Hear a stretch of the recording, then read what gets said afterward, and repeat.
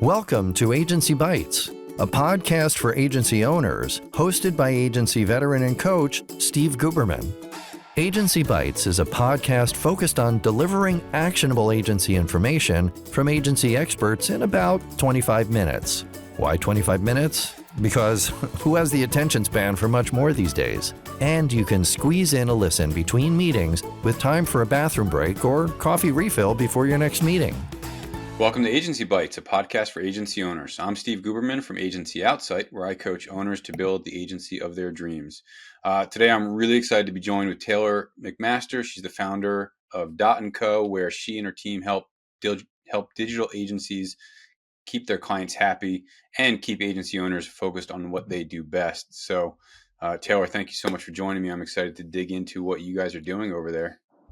Thanks, Steve. I'm so happy that we got to connect. And I know we've been chatting, I feel like for only 2 weeks, but like we were saying before we started recording, we could just sit down and chat all day. So I'm excited to be here and to chat all things agency life. Yeah. So start with kind of what your backstory is and how you ended up launching Dot & Company and what the genesis there was. Totally. So I have always worked in marketing. It's my jam. I love it.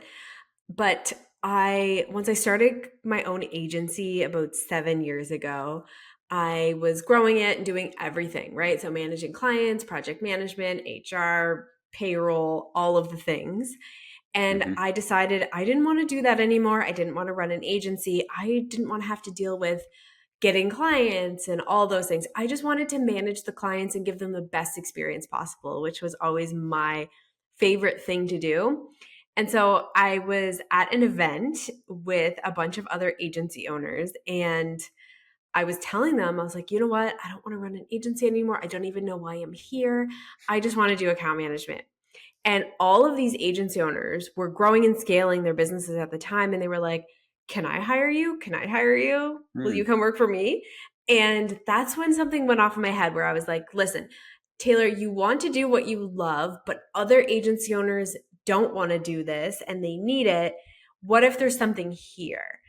And so I started to go out on my own and just do account management as a service for 3 agencies at once. And I loved it. I was having so much fun working with different clients and different agencies. And the thing that I loved was actually being able to change the life of the agency owner. So they were able to spend more time with their kids. They were able to spend more time on sales. They were able to grow their client base because I was taking care of their clients for them. And so I realized, this is something that the agency world needs, somebody who can actually step in and manage their clients, but they don't all need somebody full-time on their payroll. And so that's kind of where the fractional model came in. And I had to decide there, do I do this myself and be a quote freelancer and live that life? Or do we build a team and replicate myself? And 5 years later, here we are with a team of over 50 people, which is crazy. And we're kind of doing the thing. So went the team route. And over the last 5 years, we've worked with hundreds of agencies, hired only account managers. We've been doing the exact same thing for 5 years. So we've gotten really good at our systems and processes. But that's kind of how we landed here today. It was really just an exercise of me wanting to do what I love and turn it into an agency, I guess. Yeah, I mean, you're more than kind of doing the thing. You are blazing the trail and a force to be reckoned with. And we were, again, before we hit record, talking about how there's nobody at your scale doing what you're doing. And I know smaller companies that are doing it. And I know one-off people that are doing it. But at your scale, helping so many agencies is massive. It's so cool. The thing that triggers in my mind, even when you were starting out, is the DNA of the kind of agency owner that's going to be attracted to working with you is probably similar to the kind of agency owners that I bring into my mastermind groups. And they're not super competitively driven. They're not, they trust that you have processes with, giant garden walls that says this, account person isn't touching the other agency's accounts that are similar, protecting them and knowing that their best interests are in mind. Did you go up against a lot of that in the early days of trying to win clients and things like that?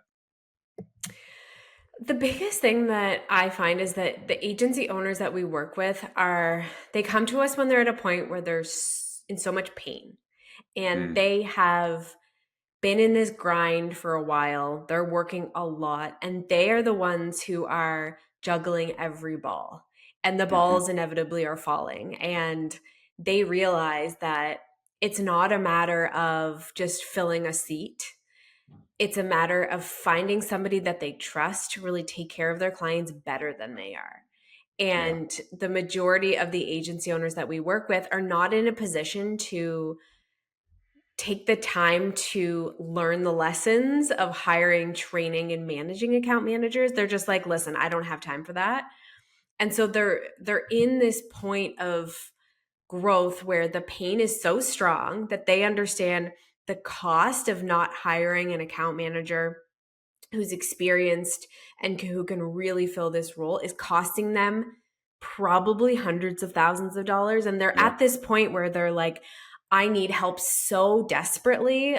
I know that you can help me. So please, please, please, can you help me? And that's kind of where we've been Yeah. at 4 or 5 years, is that the agencies that come to us they're, I don't want to say desperate because that's not the right term, but they're so done with trying to figure this out themselves that they're willing to accept, Yeah. that we can step in and help them.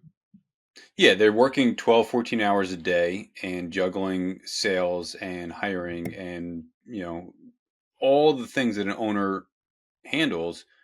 Can I offload this? And a lot of the agencies that I also work with are handling so much. So it's like, let's identify the thing that you're willing to let go of.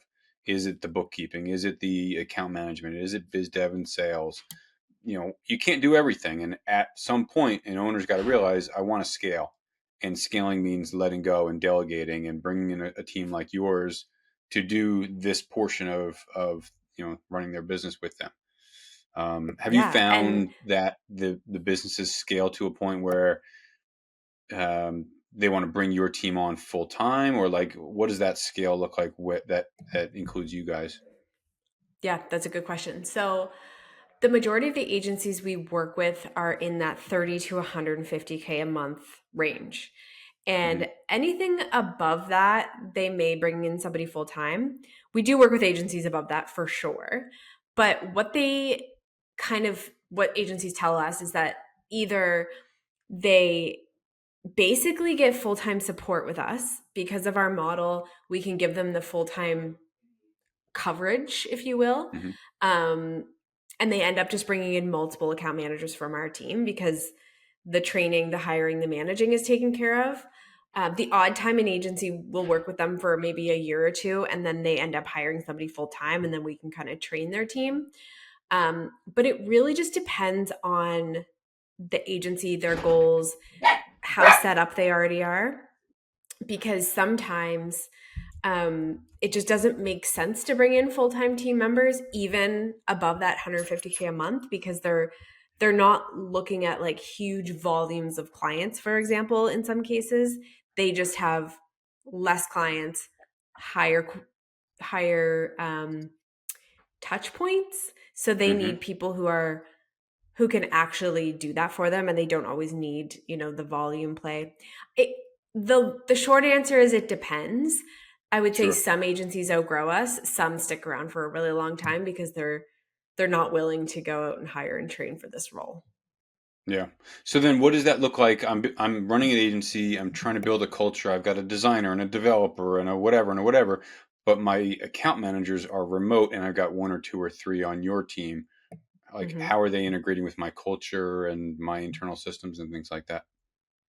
Yeah, that's a great question. So when I started Dot, when I was the only person doing the account management, I was very embedded in the culture of the agencies I was working in. Just naturally, that's just who I Hmm am.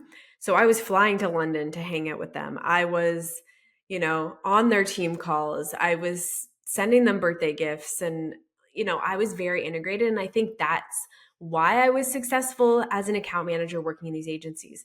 So when we started to build this into a team, that was really important to me, was that my team was able to step into their culture and they were Hmm. able to get involved. And I think for our role to really make sense, it needs to have an aspect of being involved in the culture. And so we, to this day, very much so embed ourselves in the agency. We're on their LinkedIn, we're on their website, we're invited to the team calls, we're invited to the town halls or whatever that looks like. We have some account managers who will travel in for the holiday events and whatnot, Nice. which is really important to me. We also have a really great culture here at Dot, so I want our team to be part of that as well. But inevitably, they're working within these agencies as well, so that's important.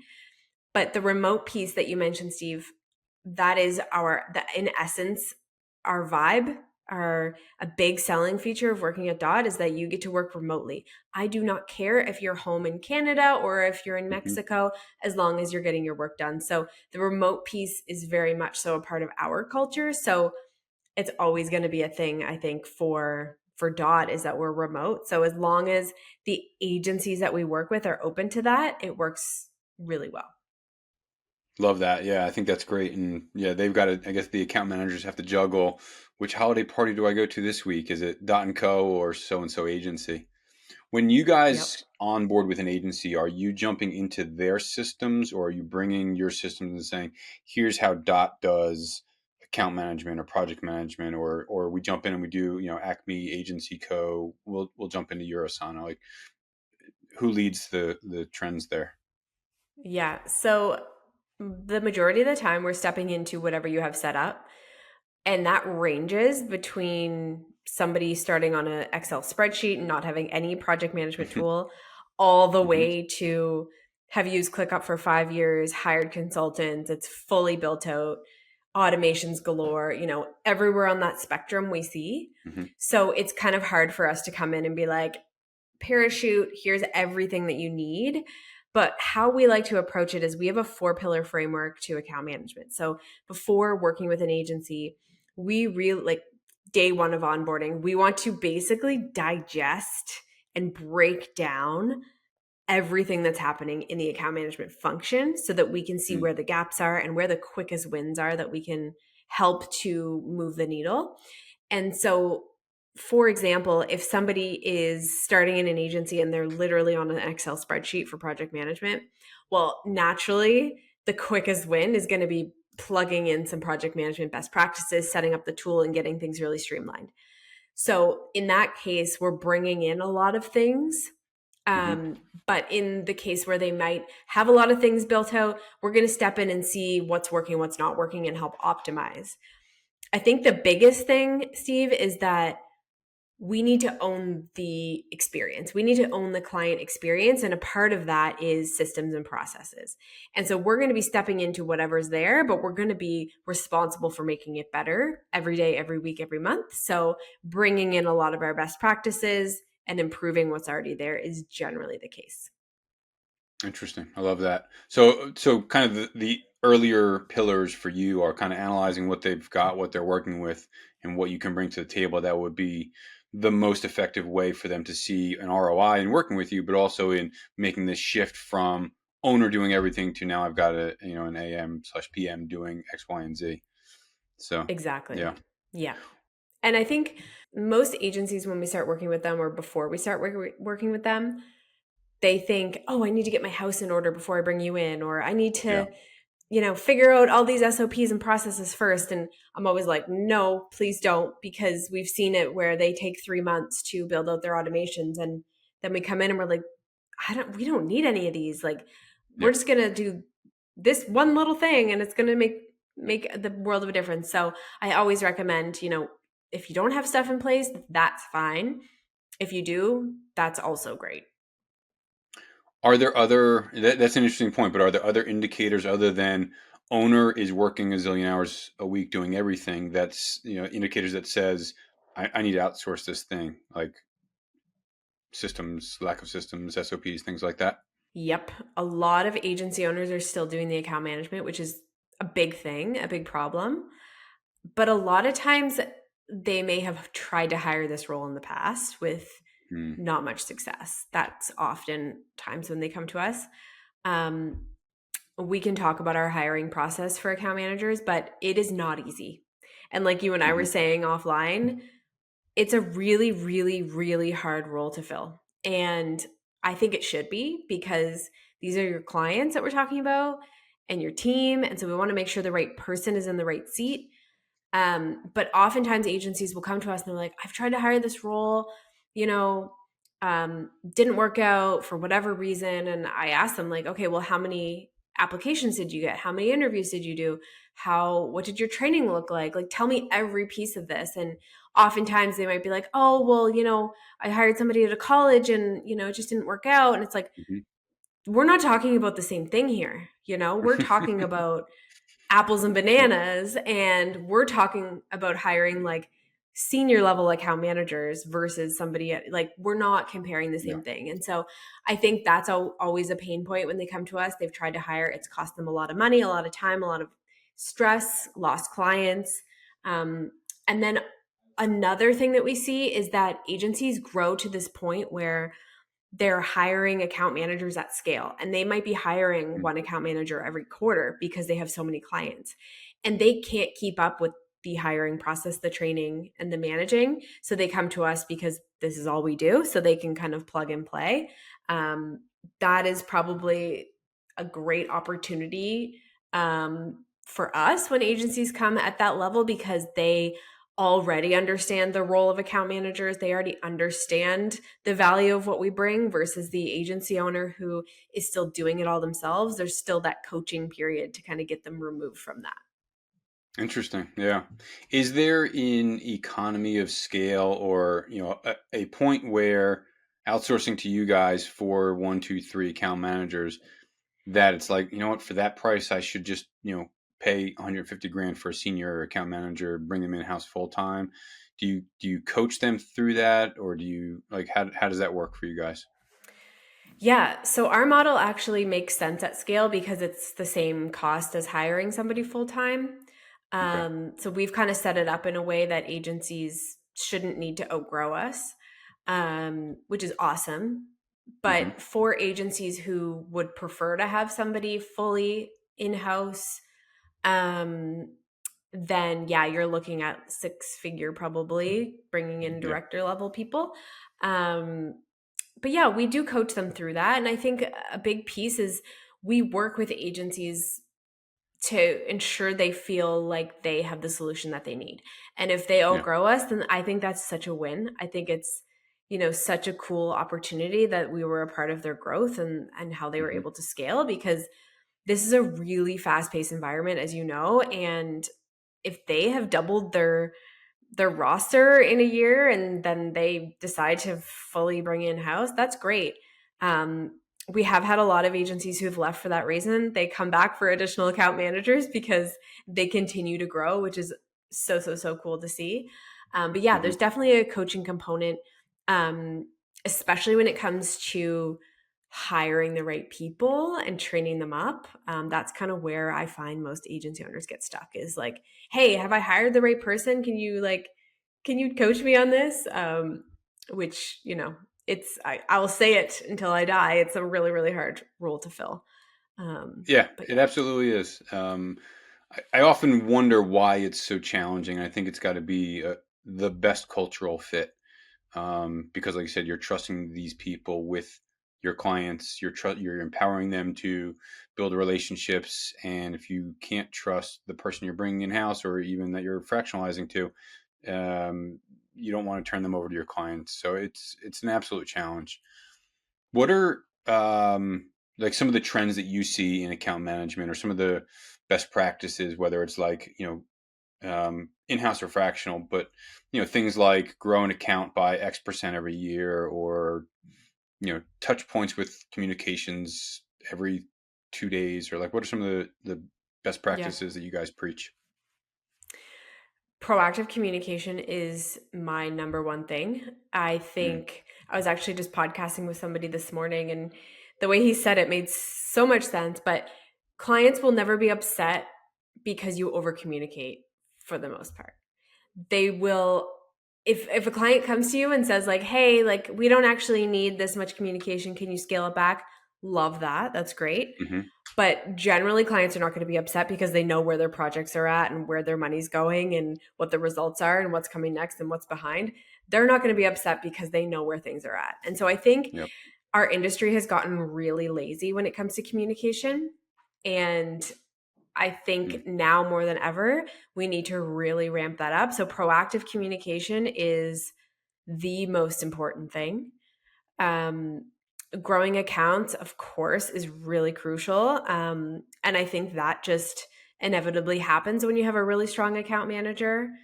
Um, Once you're giving the client the service that they deserve, which is proactive communication, really understanding their business goals and the results that we're gunning for, then it naturally just flows into upselling them and retaining them. Hmm. I think the biggest thing is having an account manager who can actually speak to the marketing side of things. Oftentimes maybe we bring in a media buyer to talk to the clients and this isn't their strong suit and they're not energized by it. And naturally that relationship kind of fizzles because the media buyer should really be media buying. Hmm. Or maybe the agency owner spends all day on client calls and they're just so burnt out that naturally the relationship fizzles again. It's like we need to make sure we have the right people in the right seats, and making sure that person can speak to the marketing, or else it's just going to be a game of telephone. So really allowing that person to step into this account management role, speak to the clients results, and really understand what they're going for and what the results need to look like. And then also have this person be able to be kind of like the hub of the wheel in the agency. So as an account manager, I want to know where everything's at all the time. And I know that Hmm. sounds like a control freak type of thing, but I am a control freak and you have to be as an account manager. Hmm. You have to know where everything's at because a client's going to ask you, "Hey, where are we at with that website project?" Right? It is Yep. your responsibility to know where things are at. So, yeah, that's in a nutshell. Really having the right person in the right seat will do wonders for this role. Yeah. I get a lot of owners that are like, well, I don't want to bring in a PM or I don't want to bring in an AM because all my clients come right to me for all of their requests and I don't know how to transition that out and I'm the go-to and I feel like they feel like that is a burden that they love or a cross they love to bear or like whatever that phrase is, like they love it and hate it until they realize Hmm. once it's off their plate, it's the greatest thing because now they can focus on what they want to do or what they love doing or where their true, zone of genius is. What are some tips that you have or your team brings to the table in helping transition that off the owner's plate? Yeah. I love it when agency owners ask me this because it shows that they actually care about their clients. And Hmm. it gives me a really good sense of what kind of relationships we're stepping into, which is always really great. And I think it's a natural thing for agency owners to feel like these clients only want them, right? And it's like this human nature thing that we Yeah. just want to belong and we want to be appreciated. Um, but I think at the end of the day, you always have to remember that you're bringing in people to serve your clients better. And these people are going to give them a better experience. They're going to fill this void that the client probably doesn't know is there because you're just you're over delivering in every aspect that you think you should, but really maybe Mhm. that's not where you should be spending your energy. And so my recommendation to agency owners is like this doesn't have to be overnight, nor should it be. And you're going to go into this in a position where the client account manager or the account manager is going to slowly integrate themselves and they're going to prove themselves to the client so that naturally you don't have to be breaking up with your client. Yeah. It's you're bringing somebody in to serve them and they're going to show that they're doing a better job. And so it just naturally starts to progress. Sometimes it's 2 weeks, sometimes it's 3 months, sometimes it's a year. um, Obviously with a really strong account manager it should be seamless and quick, but at the end of the day you're going to be able to serve your clients so much better. And it doesn't have to be black and white, which I think we think that it has to be. It can Hmm. be a little bit gray. You can still come on for the monthly strategy calls if that's your zone of genius and that gives you so much energy. Love it. But the other 80% of the time, you can spend your time on other things. Hmm. And so by leveraging people who get energized by this and who are really good at account management, you can find space in your calendar to work on things like growing your business or operations or whatever. And your team can take care of the 80 and you do the 20, if that's what you want. If you fully want to remove yourself, like me, I love fully removing myself, then that's possible as well. That explanation gives me like, I can feel the weight lifting off owner's shoulders. I can feel like the lunch hour opening up for a walk in the park. I can feel like getting away from the computer around or before dinner time. Just the way that you explained that like slow transition of, let's hand this off to a really strong account role and let me step back and get these things off my plate, which is the ultimate goal. And I love that. So thank you for that explanation. I want to shift gears real quick to a couple random rapid fire questions for you. The answers to which any of these can be personal, professional, digital, or analog. So no rules here. Well, one rule: AI can't be the answer for anything because AI is the answer. I'm not quick enough to get AI up here. What's something that like a hobby or something that you're just like can't get enough of these days in your life? Hobby, show, book, podcast, whatever. Yeah, I recently started golfing maybe 4 years ago, and I'm obsessed. I just want to golf like all the time. So yeah, that's my goal for this summer, is to golf twice a week. Good for you. Is that good for business development, or is it just good to just something to indulge in? Not business development, which is why I love it. Okay. No, Well, because in my the husband and banking I. industry, they're golfing because that's where their deals are done on the golf course, they say. And so I do know a lot of shop Exactly. owners that are playing golf for networking and biz dev efforts. That's awesome. Yeah, no, not Yeah, for me. My husband and I and my dad, we all cool. loved golf. So yeah. Love it. What's something that you recently integrated into your life that, again, a tool, a gimmick, or whatever, that you look back and you're like, how did I live without this thing for so long? So I recently hired a fractional sales director. Mm, So practicing what I'm preaching, and I'm just hiring the people who already know what they're doing. And that has been a complete game changer. And not just from the results, because the results are definitely there, but on my mindset. I don't have to try and mm. figure this thing out. I have somebody who knows what they're doing. So that has been a total game changer. Love that. Yeah, that's exciting. And the economics of that just make perfect sense. So, yeah. Finally, what's a super valuable piece of business advice that you can share with our listeners? Ooh, don't hire people who are like you. Mm, And I made this mistake a number of times, and I didn't realize it till after, but I was hiring people who I thought were similar to me, and really I needed to hire my weaknesses mhm. versus my strengths. I know it's kind of generic, but that is something that I wish I knew earlier. Super valuable and really tough to do because we grow attracted to people in an interview process that we think are like us. And reality is, to your point, hire people that will offset our complement our offsets, or pick up our slack or things like that. So I love that. Yeah, good reminder. Taylor, thank you so much for joining us, for sharing all of your account management wisdom and experience. And we'll have to dig deeper in another episode one day soon. So thank you very much for joining me. Thank you. Thanks, Steve, for having me. This was fun. Awesome. Thanks again for tuning in to Agency Bytes. If you know someone with expert knowledge on a topic that agency owners would love to hear about, go to agencyoutsight.com/podcast-guest and nominate them.